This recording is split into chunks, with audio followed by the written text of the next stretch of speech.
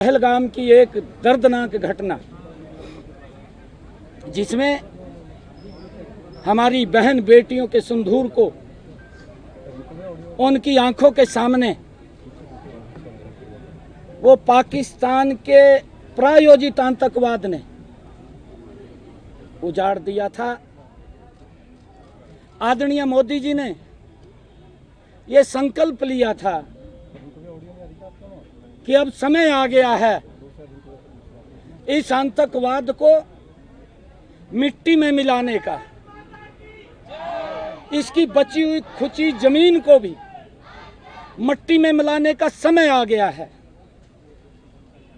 आदरणीय मोदी जी के नेतृत्व के अंदर हमारे नौजवान साथियों ने, हमारे जांबाज साथियों ने, हमारे पराक्रमी साथियों ने पाकिस्तान की सरजमी के ऊपर जा करके जहां आतंकवाद की जड़ें थी, जहां से आतंकवाद निकलता था, उस भूमि को ही नेस्तनाबूद करने का काम किया है।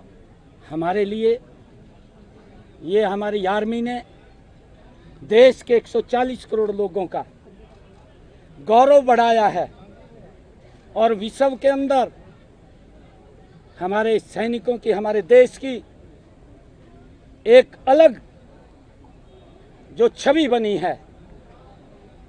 हम किसी व्यक्ति के खिलाफ नहीं, हम आतंकवाद के खिलाफ है। चुन चुन करके उन आतंकवादियों की उस जमीन को मिट्टी में मिलाने का काम किया जहां से आतंकवाद पनपता था। आदरणीय प्रधानमंत्री जी ने कल राष्ट्र के नाम संबोधन दिया है। उन्होंने कहा कि ये लड़ाई का समय नहीं है, ये आतंकवाद का भी समय नहीं है और पानी के साथ खून नहीं बहा सकता। उसके ऊपर हमारी सेनाओं की, आदरणीय मोदी जी की बहुत बारीक नज़र है।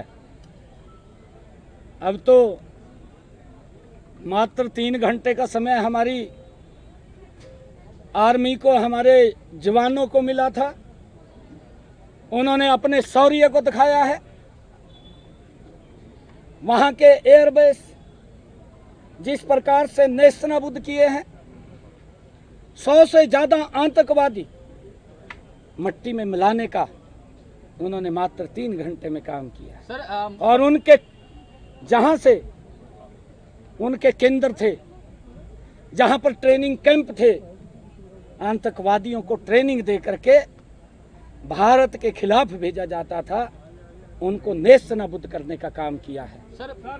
और शहीद हुए हैं जवान, उनको पाकिस्तान समझ गया होगा, अगर नहीं समझा समझ जाएगा। प्रधानमंत्री जी ने कहा हड़ताल एक साथ नहीं चलेगा। प्रधानमंत्री जी ने कई शब्द कहे, टेरर और टाल्क नहीं चलेगा, टेरर और ट्रेड जो है वो नहीं चलेगा, सिंधु जो समझौता रद्द किया वो कायम रहेगा इसी तरीके से। नहीं, बिल्कुल कहा है कि खून के साथ पानी नहीं चलेगा, आतंकवाद के साथ व्यापार भी नहीं चलेगा। और उसका परिणाम है कि जितने पाकिस्तान के जो लोग भारत में वीजा पर आए हुए थे, उन सब को समय समय के ऊपर पहले तो जो वहाँ के राजदूत थे उसको बंद किया, उसको वापस पाकिस्तान भेजा। फिर जो वीजा पे आए हुए लोग थे उनके वीजा को समाप्त किया, उनको वापस भेजा। वो फिर भी नहीं समझे और फिर बॉर्डर को लॉक किया, भी हमारा बॉर्डर से भी आना जाना नहीं रहेगा। सिंधु जल समझौते को समाप्त किया। ये एक एक कदम आदरणीय प्रधानमंत्री जी सोच समझ करके आगे बढ़ रहे थे। पाकिस्तान को समझना चाहिए था कि हमें आतंकवाद के खिलाफ, जिससे भारत पीड़ित है, उसके खिलाफ कड़ी कार्रवाई करनी चाहिए। परंतु आज विश्व के सामने पाकिस्तान का वो चेहरा वो सामने आ गया है कि पाकिस्तान आतंकवाद प्रायोजित देश है, आतंकवाद को जन्म देने वाला है। आतंकवाद के खिलाफ हमारी सख्त ये कार्रवाई जैसे हुई है, क्योंकि आपने देखा है पहले सर्जिकल स्ट्राइक हमारे जांबाज सैनिकों ने उनकी जमीन पे जाकर के की, फिर एयर स्ट्राइक की, और अब ऑपरेशन सिंदूर के माध्यम से आतंकवादियों के अड्डों को नेस्तनाबूद करने का काम वो हमारे जांबाज सैनिकों ने किया। मैं उनको सलाम करता हूँ। पूरा देश वो आर्मी के वो सेना के साथ है, पूरा देश मोदी जी के साथ। प्रधानमंत्री जब भी पंजाब पहुंचे हैं, उन्होंने जवानों के एयरबेस पर पहुंचे प्रधानमंत्री नरेंद्र मोदी, जवानों से मिले हैं। उनका देश भर में एक बड़ा मैसेज देने की एकजुटता की कोशिश है, लेकिन सीजफायर के ऐलान के बाद विपक्ष से कुछ नेताओं की जो टिप्पणी आ रही है, ऐसे मौके पर उस टिप्पणी को लेकर क्या कहेंगे सर, जब देश में तिरंगा यात्रा हो रही है, एकजुटता की बात हो रही है? देखिए, शहीद हुआ उनका कुछ मुआवजा आप दे रहे हैं? हाँ वो दे रहे हैं, वो तो मैंने घोषणा की थी, आप उसको चला देना। घोषणा की थी मैंने, आप शायद आपके टीवी पे नहीं चली होगी तो चला देना उसको। मैंने कहा था, परंतु जो आपने कहा है, क्योंकि विपक्ष का काम है टिक्का टिप्पणी करना, सर्जिकल स्ट्राइक पे उन्होंने टिक्का टिप्पणी की, फिर उन्होंने एयर स्ट्राइक पे टिक्का टिप्पणी की, और मेरे ख्याल से अब भी वो लोकसभा का स्पेशल सत्र बनाने की उन्होंने मांग की है, जबकि पूरे के पूरे विपक्ष को साथ बैठ करके सर्वदलीय बैठक के अंदर उनसे बातचीत करके और उनको बता करके पहले भी और बाद में भी दोनों समय उनसे बातचीत की गई है, क्योंकि विपक्ष के पास मुद्दा नहीं है, विपक्ष अपनी ज़मीन खो चुका है। ये विषय इस समय उनके खिलाफ कुछ कहने का नहीं है, क्योंकि ये देश की एकजुटता का सवाल है। आज ये तिरंगा यात्रा माननीय मुख्यमंत्री महोदय की अगुवाई के अंदर सैनिकों के सम्मान के अंदर निकाली गई है। जिस तरीके की घटनाएं पिछले दिनों में हुई है और उसके प्रति जो माननीय देश के यशस्वी प्रधानमंत्री जी ने कहा था कि उनको हम कड़ी सजा देने का काम करेंगे, जो उन्होंने कल्पना भी नहीं की होगी। और एक साथ हमारी सेनाओं ने आतंकियों के 9 ठिकाने उनके घर में जा कर के उनको नेस्तनाबूद करने का काम किया, उनका नाश करने का काम किया, और जो उन्होंने पाक की तरफ से उसका रिएक्शन आया उसका भी मुंह तोड़ जवाब दे करके पाक को घुटनों पर जाने का काम किया। इसलिए आज सेनाओं के सम्मान के अंदर ये यात्रा निकाली गई है। देखिए, ये समय राजनीति का नहीं है। ये समय जिस तरीके से इस घटना के समय भी सभी राजनीतिक दलों ने और पूरे 140 करोड़ देशवासियों ने एकजुटता दिखाने का काम किया। आज मैं समझता हूं कि विपक्ष को भी सैनिकों के सम्मान में इस तिरंगा यात्रा में शामिल होना चाहिए। बिल्कुल निश्चित तौर पर माननीय प्रधानमंत्री जी हमेशा, चाहे वो अधिकारी है चाहे हमारे सेना के जवान हैं, उनके साथ खड़े हुए आपको नजर आते हैं, ताकि उनको हौसला देने के लिए, उनका सम्मान करने के लिए हमेशा ही वो आगे रहते हैं। देखिए, भारत के सूरवीर योद्धाओं ने दुनिया में एक ऐसा इतिहास रचा जो आज तक कोई देश नहीं रच पाया। हमारे देश के 25-26 नौजवानों को जिस तरह से बिना किसी वजह, बिना किसी दोष के, बिना किसी कारण के राक्षस प्रवृत्ति के लोगों ने उनको मारा, उनके परिवारों को उजाड़ दिया, धर्म पूछ के उजाड़ा, तो दुनिया में इस घटना का सबने विरोध किया। मगर हिंदुस्तान का बच्चा बहुत अंदर से विचलित था, दुखी था। वो चाह रहा था, उसके भाव नहीं रुक रहे थे। वो कह रहा था कि इसका फैसला किया जाए और आर पार का किया जाए। आतंकवाद ने इस देश को बहुत नुकसान पहुंचाया है, तो सम्मानित प्रधानमंत्री जी ने इस देश के नौजवानों की जन भावनाओं को समझा और समझकर बिहार के अंदर से सारी दुनिया को संदेश देते हुए पाकिस्तान को और आतंकवादियों को चेताया था कि जो बची खुची ज़मीन है इसको नेस्तनाबूद करेंगे और आपकी कल्पना से बड़ी सजा देंगे।